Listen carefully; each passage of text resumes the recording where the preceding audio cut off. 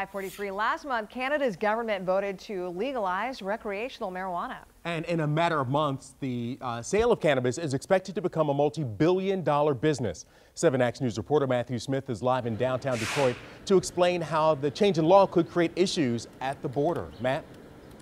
Yeah, basically the issue is that our laws, Canada's and U.S.'s, no longer really match up. And that could play out to have a big issue alongside border crossings like this, because agents can ask all sorts of questions when you cross the United States, including, have you ever smoked marijuana? And for a growing number of Canadians, that answer may be yes, which means you won't only be denied entering the U.S., but it could mean you're banned from the country due to that one border crossing interaction. There are many instances where people's lives are turned upside down.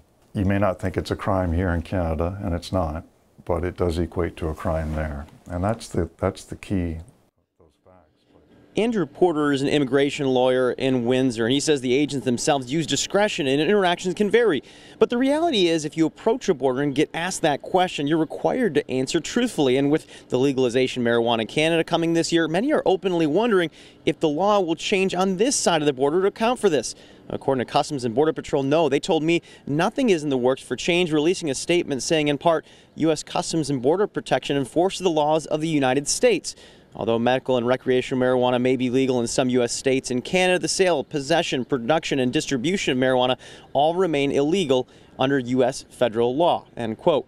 At this time, it seems like CBP's main focus is on preventing marijuana from coming into our country, but people like Porter say it could have an unintended impact on those following Canada's law. And it's important to note, this is an issue that will uniquely impact Canadians. If you're an American citizen, you're more than welcome to come back to the country. It's your right, but if you're a Canadian, it's a privilege to come into a country, just like it is for us to go there. You may have heard of this similarly before. People with DUI sometimes have trouble getting into Canada. This is the same thing, but in reverse, now focused on marijuana. And with the changes to the law over there, it could impact thousands of Canadians who actually come to the United States daily, whether it's for work or recreation.